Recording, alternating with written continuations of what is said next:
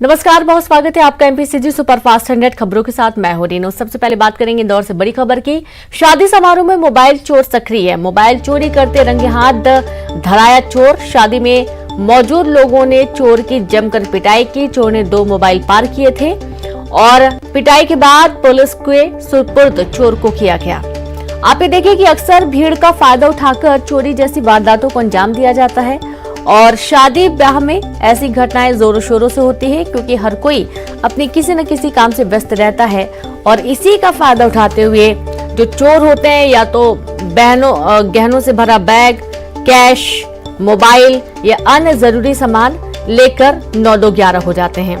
तो चोर को 2 मोबाइल चोरी करते लोगों ने पकड़ लिया, जमकर पिटाई की गई और उसके बाद पुलिस के हवाले किया गया।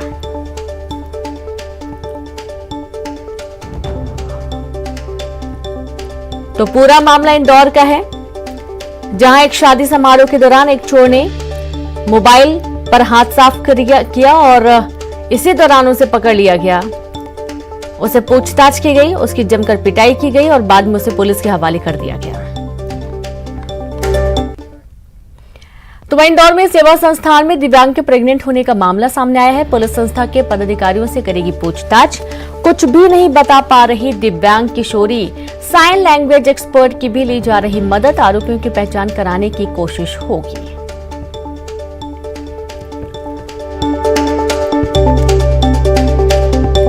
तो पूरा मामला इंदौर का है, जहां पर एक दिव्यांग के प्रेग्नेंट होने की जानकारी है और उसके बाद अब उससे पूछताछ भी की जा रही है।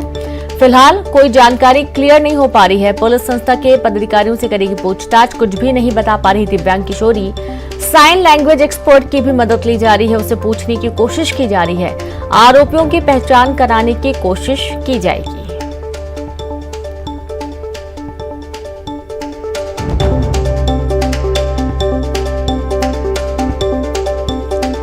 तो इंदौर का पूरा मामला, जहां पर एक दिव्यांग के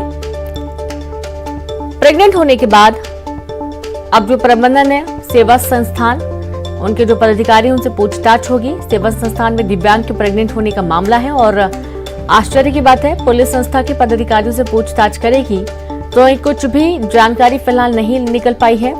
साइन लैंग्वेज की मदद से जो दिव्यांग है उससे बात करने की कोशिश की जा रही है, उसे पूछने की कोशिश की जा रही है। फिलहाल कुछ भी स्पष्ट अभी नहीं है। तो आरोपियों की पहचान कराने की कोशिश की जाएगी। बड़ी खबर आपको दे रहे हैं इंदौर से। अब इसके बाद कई सारे सवाल खड़े होते हैं। सेवा संस्थान में कई दिव्यांग रहती हैं। अब इस तरीके का कृत्य यदि सेवा संस्थान में हो रहा है या फिर और भी कुछ कारण हो सकते हैं, तमाम बिंदुओं के आधार पर पुलिस मामले की जांच में जुट गई है। ये मामले का खुलासा कैसे हुआ ये भी आप देखिए कि बहुत आश्चर्य की बात है। जब दिव्यांग के प्रेग्नेंट होने की जानकारी लगी तो उसके बाद हर कोई शांत है, यहाँ तक कि दिव्यांग किशोरी भी कुछ भी बता पाने में असमर्थ है। और ज्यादा जानकारी के साथ संवाददाता अरुण त्रिवेदी जुड़ गए। अरुण, सेवा संस्थान में दिव्यांग के प्रेग्नेंट होने का मामला काफी चर्चा का विषय बना हुआ है। पूरी जानकारी दें, पूरा मामला क्या है, कैसे इस बात की जानकारी लगी और कौन है आरोपी?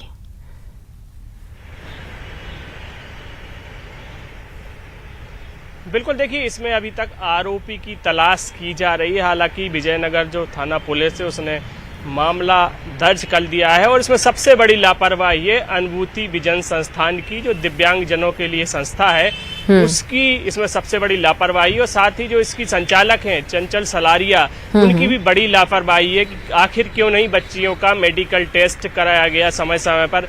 6 महीने का उस बच्ची का गर्भ हो गया और किसी ने कोई जानकारी नहीं दी, न किसी को जानकारी लगी। इस मामले को दबाने का भी प्रयास किया गया।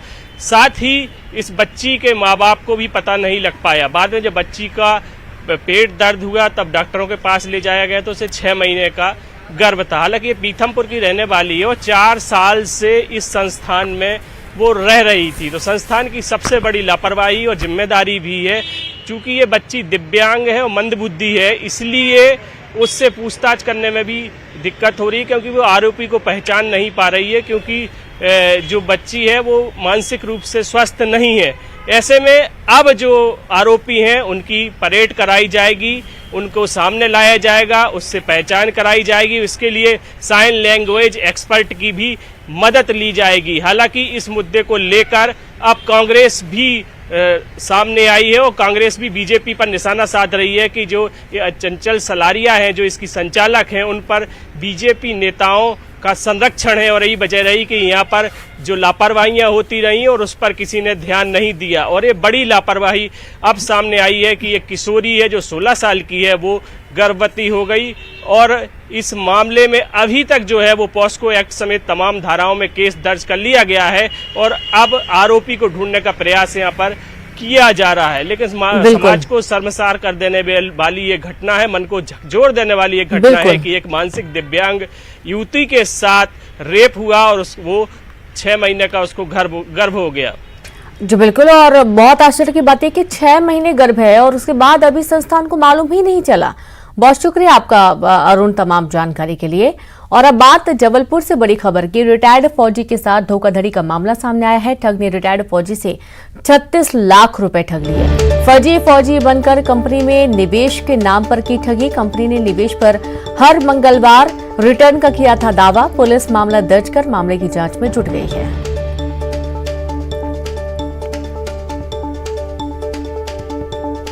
और ज्यादा जानकारी के साथ संवाददाता प्रतीक अवस्थी जुड़ गए। प्रतीक, रिटायर्ड फौजी के साथ धोखाधड़ी का मामला सामने आ रहा है, पूरा मामला बताएं। जी हाँ, देखिए बिल्कुल ये कहीं ना कहीं हैरत करने वाला पूरा मामला है, क्योंकि रिटायर्ड फौजी को एक फर्जी फौजी बनकर युवक ने ठगी का शिकार बनाया है और 36 लाख की धोखाधड़ी की है।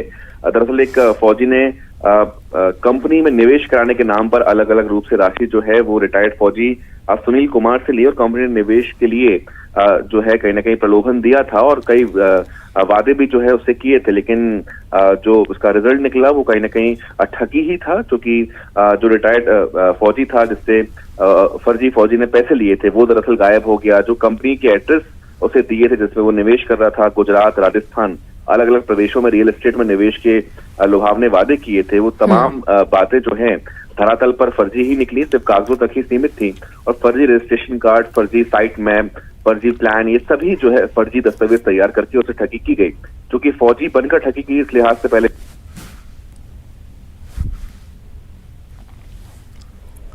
जी बिल्कुल, शुक्रिया आपको प्रतीक जानकारी के लिए। तो इस तरीके से फौजी बनकर ठगी की वारदात को अंजाम दिया गया।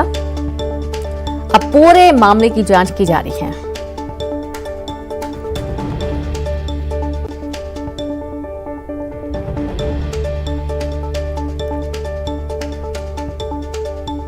तो आप ये देखिए कि किस तरीके से पूरे जाल में फंसाया गया और रिटर्न का दावा भी किया गया, लेकिन उसके बाद फौजी को धोखाधड़ी का एहसास हुआ।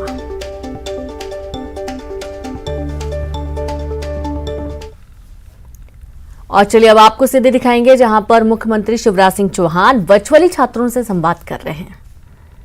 लगाएं, माता पिता की पुण्य स्मृति में पेड़ लगाएं, पेड़ लगाने के अवसर ढूंढें।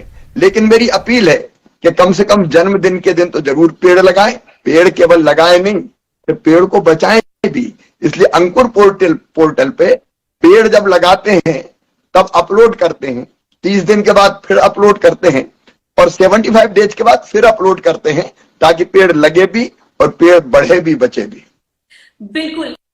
एक चीज और जो मैं हमेशा देखती हूँ, आपका कोई भी प्रोग्राम होता है, कोई भी इवेंट होता है, तो आपने बच्चियों को लाडली बना दिया। हमारे मध्य प्रदेश में बेटियां जो है वो लाडली बन गई है।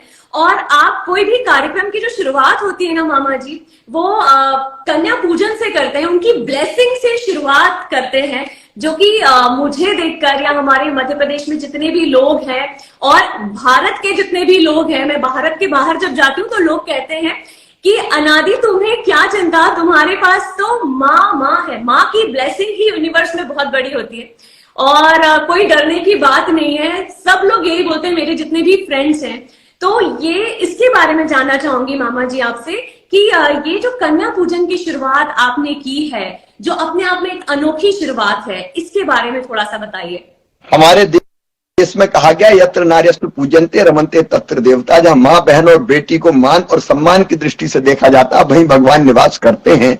ये समाज को मैसेज है, एक संदेश है कि बेटियों के बिना ये दुनिया नहीं चल सकती, इसलिए बेटियों का आदर करो, सम्मान करो और बेटी को भी आने दो। इसलिए मैं खुद बेटी के पूजन से, कन्या के पूजन से कार्यक्रम की शुरुआत करता हूं ताकि समाज को ये मैसेज दे सकूं। बिल्कुल, और इसलिए मैं कह रही हूँ कि हमारे पास 2 माँ है, डबल पावर है, मामा जी का डबल पावर। और जैसा कि आपने बेटियों को लाडली बना दिया है, तो लाडली लक्ष्मी योजना जिसकी शुरुआत हमारे मध्य प्रदेश में की, और बहुत सारे लोग बोलते हैं कि कितनी अच्छी शुरुआत की है और बहुत सारे लोग इंस्पायर होते हैं। एक और चीज, लाडली बहना योजना, इसकी भी शुरुआत की है और इसके बारे में भी मैं जानना चाहूंगी। इनफैक्ट मेरे घर में जो डोमेस्टिक हेल्प है जो आती है, वो भी जानना चाहती है। लाडली लक्ष्मी तो आप जानते हैं, इसलिए लाडली लक्ष्मी के बारे में बताने की जरूरत नहीं है। बेटी बोझ नहीं बने, बेटी वरदान बन जाए, और मध्य प्रदेश की धरती पर बेटी पैदा हो तो लखपति पैदा हो, इसलिए हमने बनाई लाडली लक्ष्मी योजना। और बेटियों की पढ़ाई लिखाई से लेकर बाकी व्यवस्थाएं इस योजना के अंतर्गत होती है। लेकिन लाडली बहना भी महिला सशक्तिकरण का मेरा एक अभियान है। अगर मां सशक्त है, घर में बहन सशक्त है, तो देखा आपने, जो आज अनादि उनसे बात कर रहे हैं मुख्यमंत्री शिवराज सिंह चौहान, और यहाँ पर बेटियों को लेकर, लाडली लक्ष्मी योजनाओं को लेकर, जो तमाम योजनाएं हैं उसको लेकर बातचीत की जा रही है। और आज वर्चुअली संवाद सीएम का चल रहा है। खबर भोपाल से, जहां जनजातीय गजना डिस्टिंग महारैली जनजातीय सुरक्षा मंच ने आयोजित की महारैली। बड़ी संख्या में जनजातीय समाज के लोग पहुंचे भेल। दशहरा मैदान, दोपहर 12 बजे शुरू होगी गर्जना रैली। तो खबर भोपाल से है, जनजातीय गर्जना डिस्टिंग महारैली जनजातीय सुरक्षा मंच ने आयोजित की महारैली, जहां बड़ी संख्या में जनजातीय समाज के लोग भेल दशहरा मैदान पहुंचे। दोपहर 12 बजे शुरू होगी गर्जना रैली।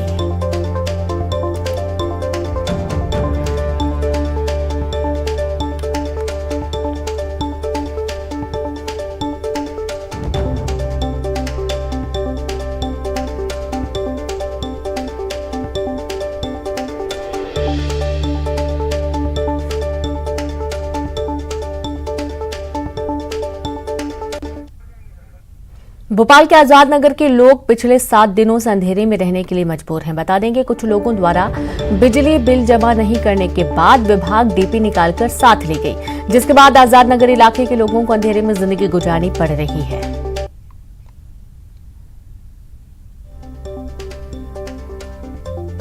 भोपाल में बिजली विभाग के अधिकारियों की मनमानी अब तक जारी है। 1 हफ्ते का वक्त बीत चुका है, लेकिन बिजली नगर में अब तक बिजली वापस नहीं लौटी है। जो डीपी निकालने की कार्रवाई की गई थी, वो अब तक वापस डीपी यहां पर नहीं लगाई गई है और लोग बीते 1 हफ्ते से अंधेरे में रहने को मजबूर हैं। लोगों का यही कहना है कि जिन लोगों ने बिजली के बिल भर दिए हैं, उनके घरों में डीपी लगाकर कनेक्शन जोड़ दिया जाए। लेकिन अगर ये कार्रवाई सही है तो जिन्होंने बिजली के बिल नहीं भरे हैं, उनके घरों से कनेक्शन काटा जाए। यहाँ पर स्कूल भी है, बच्चों की पढ़ाई प्रभावित हो रही है, घरों में सारा कामकाज भी प्रभावित हो रहा है और 1 हफ्ते से लोग पानी के लिए बहुत ज्यादा परेशान हो रहे हैं। दूसरी तरफ ऊर्जा मंत्री का कहना है कि सभी के साथ न्याय होगा, किसी के साथ अन्याय नहीं होगा और जिन लोगों ने बिजली का बिल नहीं भरा है उनके कनेक्शन काटे जाएंगे। लेकिन इस आदेश का पालन कहीं होते हुए नजर नहीं आ रहा है, क्योंकि जिन लोगों ने बिजली के बिल भर दिए हैं उनके घरों पे अभी तक बिजली के जो कनेक्शन है वापस से नहीं किए गए हैं और लोगों की परेशानियां अब लगातार बढ़ रही हैं और लोगों का आक्रोश भी लगातार बढ़ता जा रहा है। कैमरामैन दीपक कुमार के साथ रंजना दुबे, न्यूज 18 भोपाल। तो वहीं गरियाबंद से खबर है, जहां तेंदुए ने घर में किया हमला, 7 बकरियों का किया शिकार। फिंगेश्वर वन परिक्षेत्र के ग्राम बेलर का मामला है। तेंदुए के हमले से ग्रामीणों में दहशत का माहौल है। वन विभाग ने अलर्ट जारी कर दिया है। तो एक बार फिर से तेंदुए की दहशत लोगों में बनी हुई है। घर में घुसा तेंदुआ, 7 बकरियों का शिकार किया। फिंगेश्वर वन परिक्षेत्र के ग्राम बेलर का मामला। तेंदुए के हमले से ग्रामीणों में दहशत का माहौल बना हुआ है।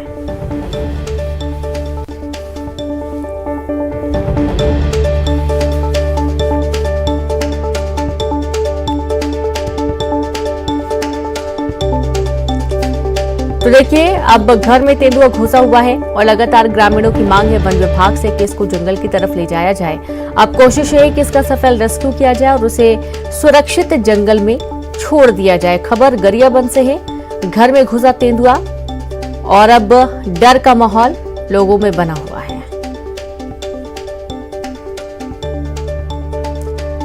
तो पहले भी आप देखिए कि ग्रामीण क्षेत्रों में तेंदुए के हमले में कई लोग जख्मी हो चुके हैं, कई जो पशु हैं उनकी जान जा चुकी है और एक बार फिर से 7 बकरियों को इसने शिकार बनाया है। और चलिए अब रुक करेंगे सुपरफास्ट खबरों का।